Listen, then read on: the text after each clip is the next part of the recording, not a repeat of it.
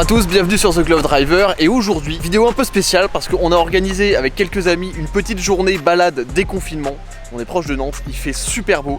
Et donc on a réuni 3 voitures super atypiques pour voilà, aller se faire une petite balade. Et je me suis dit que comme celle-là, là, je sais que vous allez m'en parler, de toute façon c'est le titre, c'est la miniature.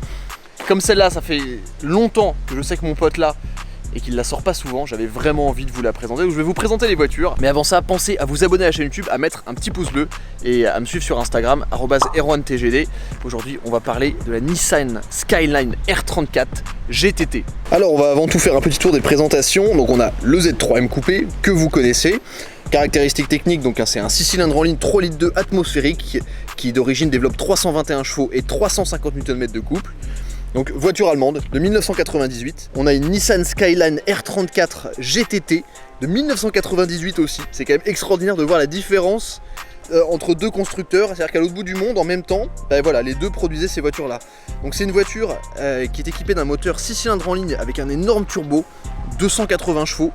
Et on va en parler plus en détail avec son propriétaire juste après, parce que c'est vrai que moi je suis vraiment pas habitué à voir des voitures japonaises et j'avoue que mes connaissances sont vraiment pas très complètes sur les voitures japonaises. Si vous avez joué à Gran Turismo, si vous avez regardé Fast and Furious, vous savez à quel point cette voiture est mythique. Alors c'est pas une GTR, je vois déjà les commentaires qui vont nous dire c'est pas une GTR, c'est une GTT. Donc la différence entre la GTR et la GTT, c'est que la GTR c'est une 4 roues motrices alors que la GTT c'est une propulsion. Mais vous allez voir qu'il n'y a pas grand chose qui diffère.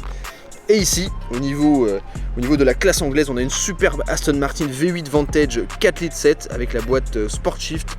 C'est vraiment une voiture, c'est intemporel comme ligne, et puis le moteur gueule, c'est absolument génial.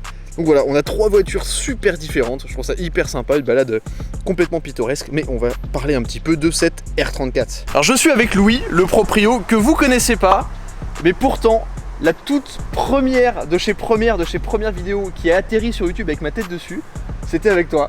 Exactement. Et c'est grosso modo avec dans une SLS AMG, je vous mettrai peut-être un petit extrait. Et c'est cette vidéo qui fait qu'aujourd'hui je suis là. Qui a tout lancé en fait. Qui a tout lancé, parce que en gros, Louis avait travaillé chez Mercedes, c'est ça? C'est exactement un week-end, t'avais un SLS AMG, on avait parlé du délire YouTube, etc. Tu m'as dit viens on fait une vidéo. On a posté cette vidéo sur un groupe que vous connaissez sûrement. Et c'est ça qui a fait que je me suis retrouvé présentateur de cette chaîne et que finalement j'ai arrêté et que j'ai recommencé ma propre chaîne. Donc finalement, la toute première, c'était tous les deux. Exactement. Et d'ailleurs, on a continué ça parce que le tout premier essai de ma chaîne YouTube, c'était aussi ta voiture, c'était Nissan 350Z. 350Z. J'allais dire 370 mais non. Donc c'était une Nissan 350Z et c'est aussi la première vidéo vraiment d'un essai qu'il y a sur ma chaîne YouTube. Donc on continue, maintenant tu as acheté ça, une Nissan R34 GTT. Alors l'expert JDM c'est plutôt toi, hein. Ouais, on va essayer. Moi voilà, je suis plutôt expert allemande, européenne. Donc il va falloir que tu présentes un petit peu ta voiture. Alors déjà de ce que je sais, donc c'est Nissan R34 GTT de 1998, même année que le Z3M, ce qui est quand même extraordinaire.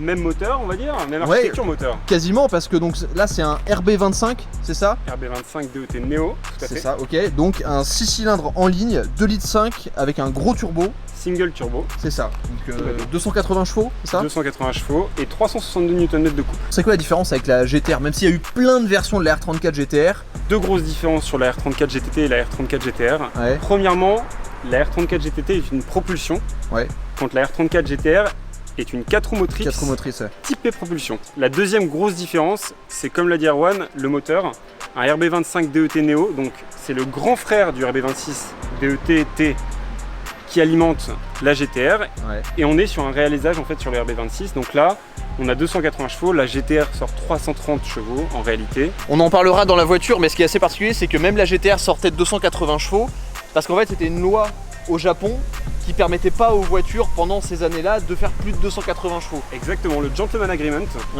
qui en 89 a été signé entre les constructeurs et l'État japonais, qui interdisait les constructeurs à sortir des moteurs de plus de 280 chevaux.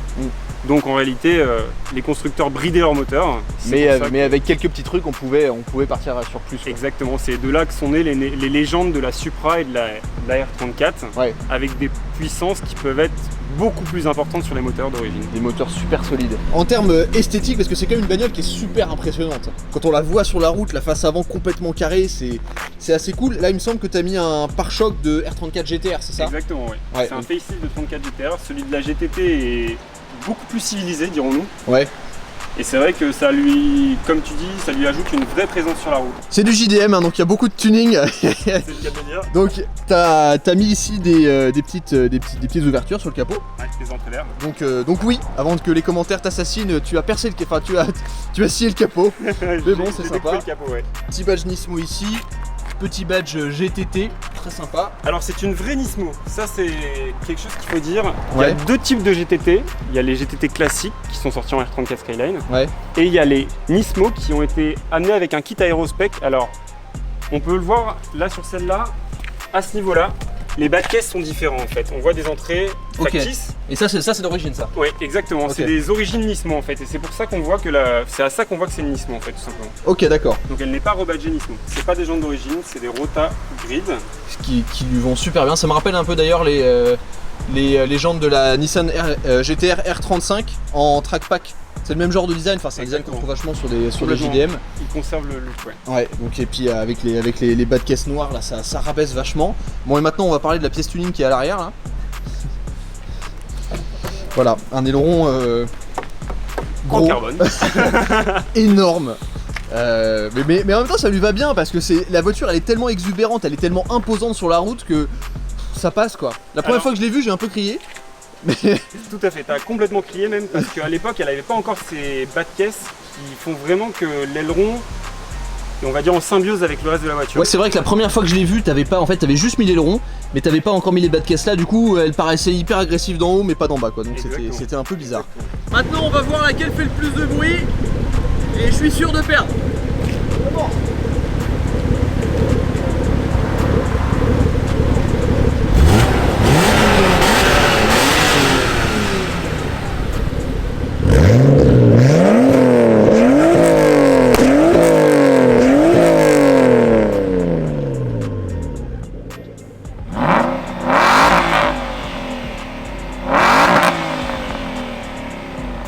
Vous de me dire en commentaire quel bruit vous préférez. Moi je pense que je vote pour la Stone quand même si la GTT est bien solide avec les bruits de turbo. Me voilà maintenant au volant de la Nissan Skyline R34 GTT. Alors vous le remarquez, c'est une conduite à droite parce que cette voiture a été importée, tu l'as importée d'où déjà ? Du Japon. Du Japon, bah directement, voilà comme ça. Donc c'est une conduite à droite. Et surtout elle n'a jamais été produite en conduite à gauche. Ça les gens ne le savent pas. Ah, je savais pas ça. Directement, il y a beaucoup de bruit. Alors c'est une ligne full tube, il n'y a rien au milieu, donc ça fait forcément énormément de bruit. En même temps, ce genre de voiture, en dehors du look, c'est fait pour être démonstratif. Alors on a une très bonne position de conduite. Ce qui est assez amusant, c'est que dans l'habitacle, c'est tout petit, alors que la voiture elle est gigantesque. Et ça c'est assez rigolo. Mais on a une bonne position de conduite, les sièges, alors c'est des sièges spécifiques Nismo, là ils sont très confortables. Et moi qui suis assez grand, bah franchement je suis plutôt à l'aise dans la voiture. En termes de comportement, alors sur cette voiture, ce qui est particulier, c'est qu'il y a les roues arrière directrices. Et contrairement à la GTR qui était une 4 roues motrices, comme on vous l'a dit, là c'est une propulsion. D'ailleurs, petite anecdote, dans Fast and Furious, ils utilisaient des GTT camouflés en GTR, parce que les GTR, comme elles étaient 4 roues motrices, et bah, c'était impossible de les faire glisser. Déjà, vous entendez le bruit. Oh, les bruits de turbo, c'est excellent. C'est la dumb valve. Ouais.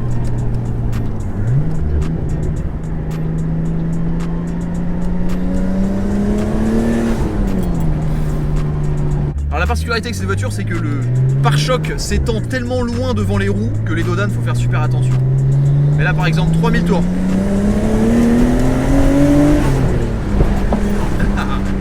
Et il y a vraiment un effet turbo qu'on appelle on-off, c'est-à-dire qu'avant 3000 il se passe rien, et à 4000 c'est... ça vous balance dans le fond du siège, et la poussée est vraiment forte, ça avance vite. D'ailleurs ce qui est assez amusant, c'est que le compteur est gradué que jusqu'à 180 km/h, parce qu'au Japon les voitures étaient limitées à l'époque à 180 km/h. Et là par exemple deuxième 3000 tours, pas grand chose, et turbo. Là on a un sharp shifter sur cette boîte de vitesse qui fait que le débattement est vraiment court. Les vitesses s'enclenchent bien, c'est assez naturel. Et la voiture en réalité est assez facile à manier. Et elle est aussi assez facile à placer malgré le gabarit qui est ultra imposant. Alors, je pense que c'est une question de réglage, mais l'essieu arrière est raide. En même temps ces voitures là à la base elles sont faites pour faire du drift. Donc ça se comprend, mais sur la route, on sent que voilà, dès qu'il y a un peu de compression, qu'on prend des virages, l'arrière il est trop ferme pour la route quoi. Mais par contre le moteur... Oh, c'est génialissime. En fait, on a envie de faire ça tout le temps. On a envie d'accélérer, lâcher le pied. On a juste envie de faire du bruit. Et de faire du bruit. Voilà, c'est le problème de l'avant, c'est ce qu'on disait. Mais cette voiture, dès qu'on met pied dedans,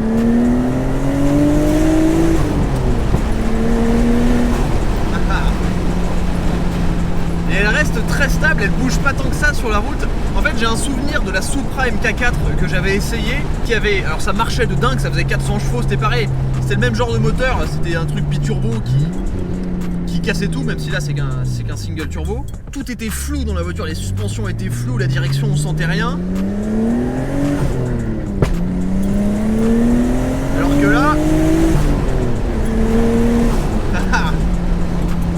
en fait il y a tellement de bruit en plus qui viennent rendre l'expérience de conduite vraiment exceptionnelle que ça la rend géniale. Et puis il y a un truc aussi, ça paraît évident, mais la présence de la bagnole sur la route, vraiment, je l'ai dit à Louis, le proprio qui est assis à côté de moi tout à l'heure, sur un rassemblement, vous mettez ça à côté d'une Aventador, l'Aventador elle passe inaperçue. Ce que j'adore vraiment avec cette voiture, et c'est ce qui me surprend aussi énormément, c'est que on pourrait croire, et je croyais que c'était qu'une voiture de ligne droite, parce que énorme moteur, gros turbo, ça va tout droit mais ça tient pas la route. Alors qu'en réalité je suis hyper étonné par le comportement, déjà par la direction, qui est super précise, très peu démultipliée. La voiture se place bien, on sent les roues arrière directrices, vraiment. Ça marche une tonne et ça se comporte super bien dans les virages, c'est très sain, très équilibré. Et là quand on laisse juste le...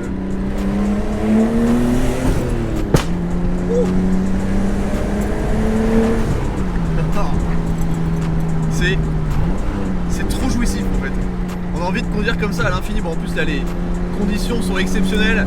On suit une Aston Martin Vantage, il y a le Z3M derrière.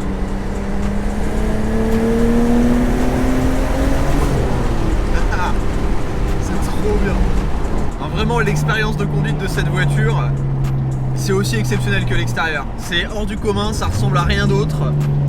C'est étonnamment facile à conduire. C'est fun à emmener assez fort, même si à première vue c'était très intimidant si on se fiait qu'à l'extérieur. Puis juste là en passant dans un village à 20 km/h, le bruit. Le bruit du dump valve, le bruit de l'échappement aussi quand même. Une réflexion assez amusante mais que je m'étais déjà faite quand j'avais essayé la Supra MK4. Ce genre de voiture, si j'avais un garage, une collection avec au moins 2-3 voitures, c'est quelque chose que je pourrais acheter. Parce que ça ressemble à rien d'autre, c'est tellement hors du commun. Déjà en France on n'en voit pas, Louis le proprio me disait qu'il n'y en avait même pas une centaine de GTT probablement. Ouais. Parce qu'il faut les importer, etc. Puis c'est rare, puis c'est une passion de l'automobile qui paraît très différente. Déjà visuellement, bon, pas très discret quoi. Vous n'allez pas faire vos courses avec en espérant être inaperçu. Par contre...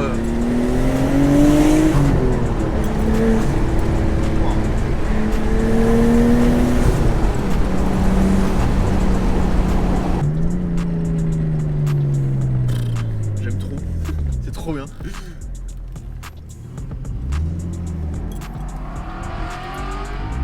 Ça c'est la Vantage. Donc sur ce, si cette vidéo vous a plu et que vous avez aimé découvrir cette Nissan R34 GTT, mettez un like. Là je pense que vraiment la voiture le mérite. Quelle journée géniale. C'était trop bien. Ça fait toujours plaisir de se retrouver comme ça entre amis et de profiter des petites routes. C'est trop cool. Pensez à vous abonner et je vous dis à très vite sur The Glove Driver. Ciao.